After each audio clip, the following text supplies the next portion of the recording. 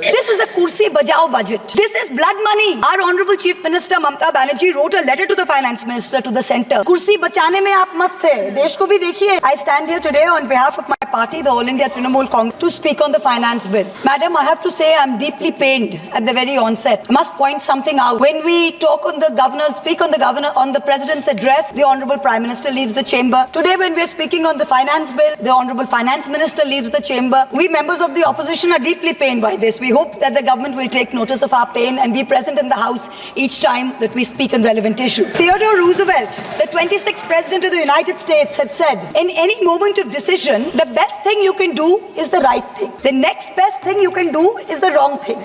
And the worst thing you can do is nothing. The Honorable Finance Minister has made a mockery of the people of India in this union budget by doing absolutely nothing. Whatever little changes are there are regressive and ill thought out. Means that the people did not want a business as usual approach. The people wanted a course correction. What have you done? You've not listened to the man. Vinash Kale Viprit Buddhi. You have done the exact opposite. You've kept the same cabinet, you've kept the same finance minister who's given the same shoddy budget. Who is this budget for? The middle class make up 31% of India. The poor make up between 60 and 65% of India. I will demonstrate how this budget systematically strangles the poor and the middle class. This is a kursi bajao budget, a save the chair budget for this government, and even that it doesn't do very well. Broadly, there are two types of taxes: direct taxes, indirect taxes. Direct taxes are known as progressive taxes. Why are they progressive? So income tax, property tax, investment tax on capital gain, these are done in a way that the richer you are, the more tax you pay. So they're kind of fairer. Sir, please. Sir, indirect taxes are regressive because everyone from the richest billionaire to the poorest laborer is paying the exact same tax. So GST, duties on petrol, duties on diesel are all indirect tax. When we strive for a fair and equitable economy, we must have the balance of direct taxes and indirect taxes right. The US and the Europe broadly collect about 60% through direct taxes and 40% through indirect taxes. Some Scandinavian states with welfare model, 70% through direct taxes, 30% from indirect taxes. In India, it is the exact opposite. 65% of tax collection comes from indirect taxes, where billionaires pay the same as the poorest laborers, and only 35% comes from direct taxes. Even within the direct tax bracket, for the first time in our country's history, salaried professionals and the middle class are sharing a greater tax burden than rich corporate. The middle class is contributing 55% of direct income taxes under this government, up from 38% under the UPA. The richest corporates in India today contribute only 45% of direct taxes. Not only is the middle class being taxed, but now with this budget, the savings of the middle class have also been taxed with removal of indexation and with a rise in the short-term capital gains. Investors who've made more than 11% return, we've done the calculation, that's about the threshold rate. If you have made more than 11% return, so if you've made higher return, then this new tax regime with the removal of indexation has happened is good for you. Now, people like our parents, pensioners, salaried middle class, risk-averse people who invested in gold, in property, in debt mutual funds, the removal of indexation has harmed them disproportionately. So the middle class has lost out. Debt mutual fund holders will end up paying more than 40% more tax because indexation is being changed from 20% to 12% for investments made before April 1st, 2023. So this is effectively penalizing those who've made low profits. You've anyway made lower profits. People think real estate has made enormous profits. If you look at RBI's housing index for the past 10 years, the average rise in property prices has been between 4.5% and 5%. So if the middle class is invested in property, that is below 11% return, so indexation is going to harm you. 18% GST levied on life insurance and medical insurance products. The Honorable MOS Finance yesterday on Monday told this House that the government has collected 8,263 crores as GST on health insurance for the fiscal year 23-24 alone. This is blood money. Our Honorable Chief Minister Mamata Banerjee wrote a letter to the Finance Minister, to the Centre, pointing out that this is a completely anti-people tax. What is life insurance? What is health insurance? It is people guaranteeing and spending money protecting against life's uncertainties, against accident, against injury, against ill health, against death. What are you doing? You are imposing GST, same rate that a billionaire pays, the poorest middle class person has to pay. So people are deterred from taking out new policies. People are deterred from continuing existing insurance. This should be removed at the earliest. Now let me now move on to what affects more than 70% of Indian citizens: social sector allocations. Sarva Shiksha Abhijan, minus 18%.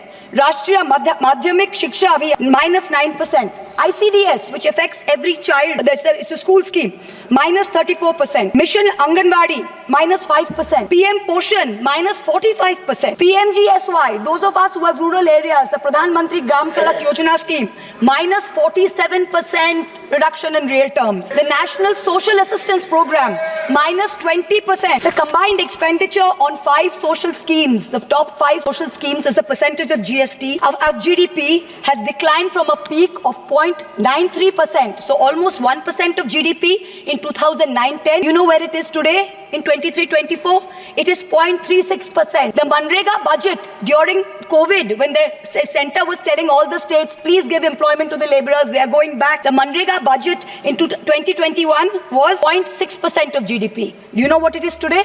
0.26%. Specific budget figures for 24-25 are shameful. This budget's allocation, there is no room for higher salaries for Anganwadi workers. Their salaries have been unchanged since 2018. No room for higher honorarium for midday meal cooks. You have to understand a lot of the women in villages depend on only Anganwadi sectors and midday meal sectors for any source of employment. There has been no higher allocation for supplementary nutrition given to children. The National Food Security Act, the NAFSA, mandates coverage of 67% of the population through PDS. Prime Minister has very proudly proclaimed that this is a food surplus country. Then why have we not increased the population covered under rations?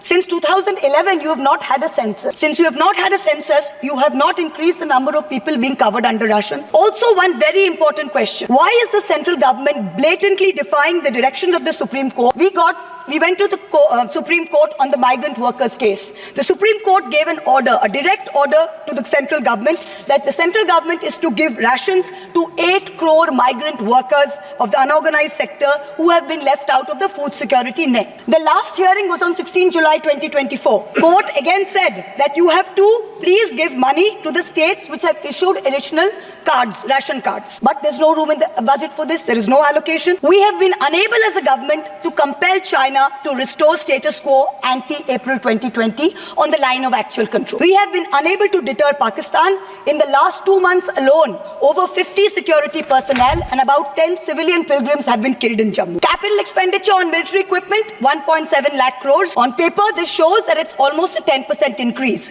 What we haven't taken into consideration is this increase was largely due to Russia's inability to supply contracted weapons to us because of the Ukraine war. Kursi bachane mein aap mast the. Desh ko we need close to 3%, 2.5% to 3% of GDP to defense. This is something that the country needs to look at. The Honorable Finance Minister started off her speech by talking about the focus on Annadata or farmer and how much this government has done for farmers. The economic survey of 24 says 42.3% of Indians depend on agriculture. That's 600 million people. That's 60 crore people. If I looked at the economic survey 22nd July very carefully. What did the headline say? The headline says agricultural sector has registered an annual average growth rate of 4.18% in the last 5 years. Then I needed to read and in the fine print was written that last year was only 1.4. So 4.18 over last 5 years is anyway, when you compare it to inflation, is nothing. But when you compare last year's growth of only 1.4%, what is it saying for 60 crore of our people who depend on farming? Productivity and resilience in agriculture was one of the first themes, priority number 1 according to the Finance Minister's budget. She had made 9 priorities. This was priority 1. But the provision for agriculture and allied sectors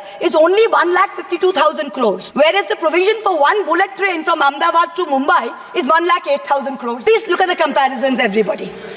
Priority 2, Finance Minister said, is employment and skilling. This government has got the worst track record of creating jobs. India has more jobs in the informal sector, not in the formal sector. The budget is talking of an internship program with the top 500 companies. This is a joke. The top 500 companies employ 70 lakh people in total. That is 1% of the total workforce. Our workforce is about 57 crores. You are expecting companies which have a total which employ 70 lakh people to give employment to 1 crore interns. Please let us know how this is going to happen. I'm really curious. The real problem is somewhere else. The real problem is that 10.3 crore youth have basically become so dejected, they have given up looking for jobs. The finance minister, she mentions skilling loans, she mentions education loans. Skilling loans are for 25,000 people, education loans are for 1 lakh. The country has 140 crore people. What are we doing? Priority 3, according to the finance minister, inclusive human resource development and social justice. In this section, the budget says, first on Bihar, we will support expressway. What you're not saying is that you will make expressways which will charge very high tolls. So you are recovering the money, you're not doing anyone a favor. You're charging back-breaking tolls. You might give another bridge which might collapse. You will set up another power plant, which like Jharkhand may also be outsourced to a favorite businessman. It can be given a nice juicy PPA and sell more imported coal. Secondly, on Andhra, there are no grants, but only loans, that too from multilateral agencies. So basically, dollar loans will be given to Andhra Pradesh, which future generations will have to pay back with interest. There was also another sweeping statement. Grants for backward regions of Rayalaseema, Prakasam and North Coastal Andhra, as stated in the Act, will be provided. I looked in the entire demand for grants with a tooth comb, with a microscope, and I looked at the expenditure budget. Nothing was provided anywhere. I don't see the intelligent people of Andhra being fooled by this. Priority 4, manufacturing and services. The finance minister has devoted an entire section on how MSMEs are a priority. I believe her. Yes, it should be a priority. But I'm very confused. Most medium and small enterprises are either proprietorships or partnership. Madam, can you please explain why these proprietorships and partnerships are taxed at higher rates than companies? This makes no sense. Is the A-team the only businesses who are sending truckloads and tempo loads? MSMEs are not sending. Is that the problem? And also the government needs to get rid of the bizarre 29A of the Insolvency and Bankruptcy Code, because it is killing companies that are in trouble. It does not allow promoters to propose a resolution plan. As long as we have this code, promoters cannot propose a resolution plan. We need to get rid of. Priority 5 in the finance minister's speech, urban development. Prime Minister had said every citizen will get a house by 2022. We are now in 2024 and we are still making allocation for 3 crore more houses. Yes. Can you please tell us how many more houses we need and when it's going to be done? Let's get this over. Priority 6, energy security. The less I speak about this, the better it is. Energy security is security for best friends. It's created by allowing best friends to import low-grade quality coal, mark it up as high-grade quality coal and sell it to state development corporations at the cost of the country's environment, at the cost of the health of our citizens. Priority 7, the finance minister said, was infrastructure. She announced in a true style of Shagun that she's gifting the nation 1,11,111 crores. 111,111.